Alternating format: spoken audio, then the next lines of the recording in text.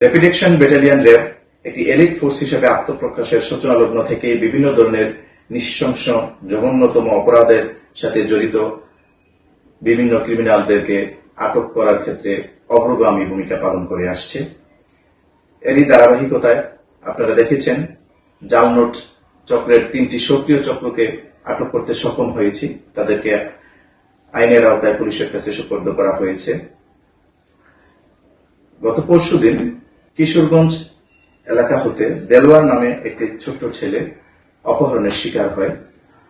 Local থানায় যার সাধারণ ডায়েরি করা হয়, তার নিকট আত্মীয়ের সকল জায়গায় খোঁজখবর নিয়ে যার কোনোভাবেই খোঁজ মিলছিল না। একই দিন রাতে আনুমানিক রাত 9:30টার দিকে অজ্ঞাত নাম্বার থেকে ফোন এসে মুক্তিপণ দাবি করে। তার পরিবার পুলিশের কাছে আবেদন করে তার বাচ্চাকে উদ্ধার করে দেওয়ার জন্য। দরিদ্র পরিবার, পুলিশ সেখানে অভিযান অব্যাহত রাখে এবং কিশোরগঞ্জ র্যাবের সহায়তা চায়। পরবর্তীতে গোয়েন্দা তথ্যের ভিত্তিতে জানতে পারা যায় উক্ত ভিকটিম সহ আসামি চক্র ঢাকার দিকে অবস্থান করছে।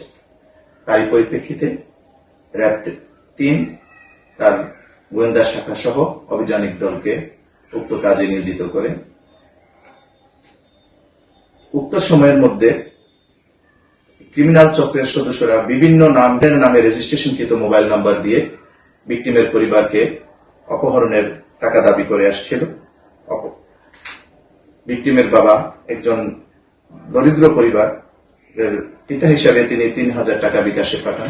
পরবর্তীতে তারা আরো 20,000 টাকা দাবি করে বিভিন্ন সময়ে তিনি 8,000 টাকা পাঠান।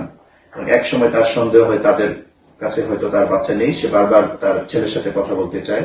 তার ছেলের 13 বছর বয়স, বাট সে দেখতে খুব ছোট আকৃতির, মনে হচ্ছে যে 9 কি 10 বছর বয়স হবে।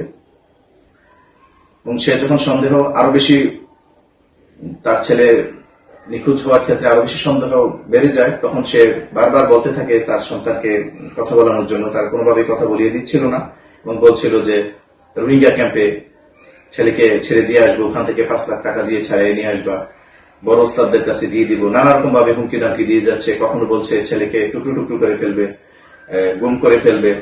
তো সে ভয়ে তখন র্যাবের কাছে এসে তার অভিযোগ জানায় এবং পুলিশ এবং র্যাবের সহায়তায় অভিযান পরিচালিত হতে থাকে। কিশোরগঞ্জ থানা উক্ত ঘটনার মামলা নিয়ে থাকে। তারই পরিপ্রেক্ষিতে র্যাবের সহায়তায় মামলা রুজু হওয়ার 24 ঘন্টার মধ্যে আমরা ভিকটিম সহ এই চক্রের 3 সক্রিয় সদস্যকে আটক করতে সক্ষম হই। চক্রটি খুব বেশি দিন হয়নি, বাট এর মধ্যেই তারা প্রায় 12টি শিশুকে বিভিন্ন সময়ে নিয়ে তাদেরকে পরিবারের কাছ থেকে অনৈতিকভাবে মোটা অঙ্কের টাকা আদায় করে নিয়েছে। এই আসামি চক্রের একজন হচ্ছে মাসুদ, যার গ্রামের বাড়ি হচ্ছে দিনাজপুর। তানবীর এবং সুহাগ আরো 2 জন তার সহযোগী, এরা শরীয়তপুর হোম ডিস্ট্রিক্ট, বাট তারা মুগদা এলাকায় অবস্থান করছিল একটি ভাড়া বাড়িতে। এবং তারা এখানে এই চক্রের আরেকটি জিনিস আমাদের সামনে আসে। আপনাদের সবাইকে সচেতন ভাবে চলার জন্য আরো বেশি আমরা আবেদন জানাবো, অনুরোধ করব। এই চক্রটি বিভিন্ন সময় বিভিন্ন মাদ্রাসার নাম নিয়ে সাহায্যের রিসিপ্ট নিয়ে থাকে। মানুষের কাছে বাসে ট্রেনে চড়ে সাহায্য চেয়ে থাকে, মাদ্রাসা বা মসজিদের নাম করে। বিভিন্ন মাদ্রাসার রিসিপ্ট বই তাদের কাছ থেকে পাওয়া গিয়েছে। সেই সময়ে তারা ভালো মানুষ সাজার একটা টেন্ডেন্সি তাদের। মানুষ মনে করবে সে একটা মাদ্রাসার হয়ে কাজ করছে, তাকে সন্দেহ করবে না। বাট তার টার্গেট থাকে কখন কোন বাচ্চাটা কোন দিক দিয়ে একটু আনঅ্যাটেন্ডেন্ট হয়ে গেল, তাকে তখন তারা অপহরণ করে তাদের এলাকায় নিয়ে যাচ্ছে। তার ছিল আমরা এই চক্রের 3 জন সদস্য মাসুদ, তানবীর এবং সুহাগ 3 জনকেই আইনের আওতায় পুলিশের কাছে সুপর্দ করেছি। আমরা আশা করছি খুব ভালোভাবে পবিত্র ঈদ উল ফিতর উদযাপন হবে। আমরা আছি আপনাদের পাশে সব সময়। আপনাদের শুভকামনা করছি। ঈদকে সামনে রেখে সবাই যেন আমরা সুস্থ থাকি, স্বাভাবিক থাকি এবং আনন্দের সহিত ঈদ যাপন করতে পারি। ঈদ মোবারক। এবার নগদে পাচ্ছেন হেলিকপ্টার অফার, তাই কেনাকাটার পেমেন্ট নগদে করুন আর বুঝে নিন 2,000 টাকারও বেশি ক্যাশব্যাক সহ হেলিকপ্টার রাইড। পেমেন্ট শুরু করুন আজই।